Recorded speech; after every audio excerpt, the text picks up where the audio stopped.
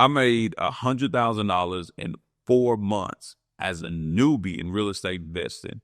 And I watched it all disappear in literally 60 days, gone. Like every single dollar bill came in, was gone. I went from feeling like the guy that, that kind of figured it out to literally one of the lowest points that I've ever been in my life. And I remember sitting in my car wondering how I'm going to pay the bills, daycare. We need to take our son out of daycare. Eviction notices start piling, behind on my car note, and just looking at my wife. And really, if I'm being honest with you, being uncertain in my ability to be a provider. But the truth is that that's what entrepreneurship really is, right? Everybody goes through this emotional roller coaster until you realize that this is what it is. And it's not a highlight reel that you see on social media. Truthfully, that's just marketing. But real entrepreneurship it really comes when everything is falling apart and you have to decide whether you're going to quit or get back up. And the reason why I say that is because since I've been in real estate back in 2016, I made millions of dollars.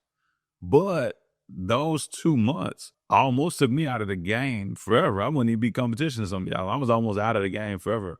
And typically, out of all the people that I help inside of real estate, all the people that I've seen inside of real estate, it's not that people don't know what a good deal is, because most people have wins. But people don't understand how fast things can fall apart when you make these mistakes. And today I want to share with you my story, how I was doing very well and lost all this money, and ultimately how I got it back. Because if you haven't already, right, you're probably about to go through this, or you're probably going through this as an entrepreneur. And I want to ensure that this will be your last time going through this, or you'll be able to maneuver a lot better going through this. So let's get into it. Truthfully, for us, what we were doing, right, we had literally made $100,000 in like a matter of a couple of months. Now, we got paid in like 2 months, but it really came from like 4 months of work. And what happened in April of 2017, we got started in 2016, but in 2017, we made a decision that we're going to go all in, or we're going to get out of the business. If you're new, you probably understand what I'm talking about with that decision where you make, where it's like, man, look, this ain't working. And for us, it wasn't working for the last 6, 8, 10, 12 months. And we had lost money up until this point, and then we really caught up traction.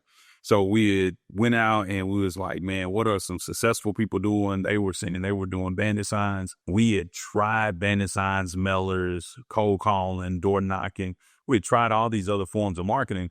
And this is where I realized the secret to like the business. It was all about marketing. What I did is I took $100. My brother gave me $100 as well. We put that together. We went and bought our first group of bandit signs, and we started putting them out. And the reason why we went hard in is because the people that was having success, they had put out like 700 a week, and they were on pace to do 100 deals in their first 2 years. And we were not on pace to do any deals that year, but the volume at which they were doing bandit signs, I could see how they were having some success. 700 a week, we had put out 50 and said it didn't work. So for us, what we ended up doing, we just went all in on bandit signs. We went out, put them out. And then when we put them out, they got taken up on Sunday. So we took an L. We put them out on Sunday, and they got taken up on Sunday. So rule of thumb, never put your signs out on Sunday. You want to put them on Friday evening. If you don't know that, that's just a quick tip. But anyways, we stayed consistent. Even when they got picked up, we didn't put all of our signs out, but we did put enough out to make a dent. But who cares? The decision to commit to the goal was actually what was in place. So at that point, what we ended up doing, we ended up taking that. We kept going and we kept going. And the next week I got paid. The next week I put more money into the pot, and I just wanted to keep it going. If somebody was doing 700 and having success, all I wanted to do was stay consistent, at least 100, 150, 200 if we can. But that's all I was doing, was just trying to stay consistent, getting those signs out. The next thing you know, we started getting phone calls. We the house buying guys. All of a sudden, yeah, that's us. People were looking for us, the service that we had. And man, once we got that first phone call, and once we started going on appointments, and people were saying, you guys are some hustlers. I see your signs everywhere. Like, we went tenfold. We went deep into marketing, signs, writing them and getting them out there and getting them placed. And what that ended up happening is, from that 4 months of hard work, within like, I say 2 months, probably like 45 days, we started getting a $25,000 closing, a $10,000 closing, a $2,000 closing, a $72,000 closing. And if you do the math, that's well over 100,000. That's like 114, 115, something like that. Quote me if I'm wrong, but it's something in the ballpark. Well, we had did that. And even if you take out the 72, we were still averaging like $13,000, $14,000 per deal. Because 10 plus 25 plus 2 is like 37. 37 divided by 3 is basically 12 and some change. So even that was life-changing money. That's essentially what happened to us. I went from making $50,000 a year to now all of a sudden we're making life-changing money, and I really don't know how to act. I really don't know what's going on. And I'm like, man, I'm putting more money into my bank account than I've ever had before.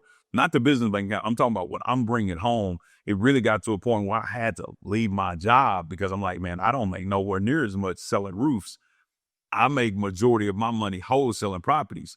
So that's what happened. And to be honest with you, our system was so simple. We had cut out everything. And if you don't hear one gem from this, please take this. Keep it simple, kids. Keep it simple, stupid. That's what we did. And we just kept with that and we just stayed with that. And it took all the question out of it, took all the guessing out of it. Like we know a good deal what it looks like. But now we're able to keep it simple. We didn't have to think about a system, not a CRM. We just had to make sure we picked up the phone whenever somebody called. And if they called and hung up, we're picking it back up. We're calling like crazy. So that's exactly what we did. Kept it very, very simple. And this is one thing I would say that really got us at the peak. When you're having this type of success, like you're getting deal after deal after deal, you put in the work, you get the result. It really allows you to rest on your morals, right? Like what got you there don't keep you there, or what you can't really change what got you there if you want to keep the success. And for us, what we did is we kind of shifted our mindset. When we first got into real estate, we thought passive investment was going to be the way, not understanding that if I just went from 50,000 to 250,000, my life will forever be different. I don't even have to own the rental. My life will forever be different. I don't even need passive income. My life will forever be different. And we kind of skipped over that. We thought wholesaling was for rookies, right? And now that I know some of the best real estate investors out there, they wholesale, because wholesale is quick cash. Wholesale is how you pay yourself. If you want to make $250,000, wholesale is the easiest way to make $250,000 because it's a simple concept and it's repeatable. You find people that want to sell, you buy it low, you sell it high, right? And that's kind of the concept of wholesaling. But from our perspective, our mindset shifted. They went from making all this money to, you know what, I don't even want to do this really. I'm making money, but I really want to flip. I really want to take high risk. I really want to get high reward. I really want to get a bigger paycheck. I want to have consistent $30,000, $40,000 checks come in. And it made me think that if it was this easy, wholesaling, fixing and flipping was going to be easy as well. And truthfully, that was not the case at all. So the problem with that is that we get this mindset that it's coming easy, and then we're going to get bigger checks, so we don't even have to work near as hard. And that was not the reality. Everything in our business required us to get a little bit better. So what we realized is things started to change when we started taking on subject twos. And this is the reason why, unfortunately, why I've never been a big fan of Pace Morby. He always talked about the subject two. Well, I do not like subject to transactions. And I think it's because a basis of what ended up happening to me. And it's not that subject to are wrong. It's just there's a time and place where you need to start focus on that longer income or passive income. And that's when you already got money. That's when you already figured out a way to do the business. You've already taken your income from 50 to 250,000, or income from 50 to 100 or 150, 200, whatever you wanted. You've already changed your life. Now you can add some assets to just sit back, appreciate, owner finance if you want to. These are ways that you can get into that business and start doing it. But ultimately what ended up happening, we started buying a subject to, and initially we ignored the warning signs because I put a lot of money in my account and it started taking more and more money to do deals. And we bought this rental. This rental we had took $14,000, another rental, it took $25,000, another rental, wholesale, foreclosure. And all of a sudden we make $100,000 and we're buying these assets, and these assets are now taking up time, mental capacity, effort on our side. So ultimately we go from being focused on making it work to growing assets, and it's two totally different lanes. So while I'm quitting my job, I'm thinking money's coming in. but I'm no longer focused on wholesaling properties. The problem with that is that you have to be ready. You have to understand what's coming. You have to have the ability to still make money because your bills are going to always come in. And if your bills are coming in, you need money. Like that, it just is what it is. If your bills are coming in, you need money. You can't make it without money. You need money to pay your bills. And that's signs that we didn't realize that we start focusing on these assets, renovations, rehabs, questioning how much it costs to paint, how much it does the floor, and going and taking a look at the project. And we completely forgot about marketing, sales, follow-up, dispo. And that ultimately led to us in 60 days going from making 100,000 to like patting our pockets, like, where's the money at? The money is tied up in those bigger projects that we deem more important, but they're a 6-month payout or they're a payout every month for a couple of $100. That is not going to change your life, right? Flips are good when you already got a good job or if you're already making money. Hence, wholesaling could be your job and you can do flips on the side. That's currently what I do. That's how my model sets up now. It's good because 1, 2, 3, 5, 10 a year, we're going to get some checks come in that's just extra money. It's not money that we're counting on and paying our bills with, right? So that's very, very big. But those are signs that we completely like just looked over, didn't even worry about. And then so what ended up happening is I'm down to the last 10 grand that I had in my bank account. And I'm seeing how it was going. And ultimately, I got real, real humbled at that particular point because as I'm looking at the 10 grand, I understand rent is X amount, daycare is X amount. I quit my job. There's no more money coming in weekly. I know that even with the money that was coming in weekly, by Tuesday, it was typically gone. So Friday and by Tuesday, it was typically gone. Once you pay bills, groceries, gas, whatever you got, daycare, like once by Monday, I mean, we got paid Friday or Thursday. By Tuesday, that money was gone. And we was literally dipping into that savings account to pay money or dipping onto that credit card to pay the bills. And I got rid of that money. I was like, oh my goodness, I might be in trouble. And then, like I said, I was sitting in the car thinking about my ability to pay for the daycare. We had to tell the wife that she was pregnant at the time. I had to tell her that and none of this is new, all this is on social media. I had to tell her that I'm not going to be able to pay the bills this month. Well, I'm taking my oldest son out of daycare. You're going to have to watch him while you're pregnant and not feeling good. Unfortunately, that's going to have to be the reality. I just don't have it to put him in daycare. I know he's been there 2 months, 3 months, and I thought it was good, but something's going on in the business, and it just is what it is. We got to pull him out of daycare. And from my perspective, I had that conversation, and it's crazy to look back now. I understand exactly where I went wrong. And then I was justifying all the mistakes. I mean, I was buying assets. I'm building wealth. I have equity, right? I own over $1 million worth of real estate and had a couple $100,000 in equity, probably more than that, truthfully. But I have all this equity, but I can't feed my family. We still eating beans and wings. We still eating at McDonald's value menu. We still can't really afford a nice place. We can't afford a nice car because I'm justifying everything that I'm doing in my business, meaning I'm taking bigger risks, but these are longer payoffs. And ultimately, a longer payoff isn't a bad thing, but you always need money coming in. So what we ended up doing is I understood at that point, after going through those trials and errors, I understood the approach that we should take. And that approach is an integrated approach, meaning don't worry about the end until you've made a decent amount of money and you're on pace to make a lot of money for the year. That's where you start buying assets. That's where you start taking on bigger risk because you need to still pay bills. And for us, I always call it an integrated approach, but literally what that means is that my bill money come on active income.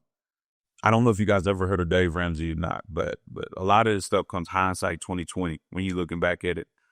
Dave Ramsey, I used to listen to him when I was a school teacher and I was broke and I was trying to get out of debt to free up. I used to listen to him a lot, but he always said the one thing that can help you out the most is not how much you save or how much money you cut out. The thing that can help you the most is how much money you make. All right. He's always said it. If you make 100, 200,000 and you got 300,000 in debt, I'm like, all right, cool. In a year and a half, you'll be ready to go. right? Cut down on your lifestyle. You got so much excess capital that you could go right into your debt. You'll be right where you need to be in a year, 2 years. You'll be kind of back where you need to be because of your income. When you make 40, 50,000, you really don't have disposable income. And that's what I realized is that my problem wasn't wholesaling. It wasn't fix and flips. It wasn't rentals. My problem was not understanding the basics of being able to go out there in the marketplace, generate enough cash, and not worry about holding properties. The problem is that most people say that you need to hold properties to build wealth. So when people get into real estate, the only thing they're thinking about is holding properties, holding properties, holding properties. But in my opinion, and everybody that I see that is somewhat successful, you have to generate income so you can make money. Because when you make $250,000, do you need rooms? No, you can go put your money in the stock market.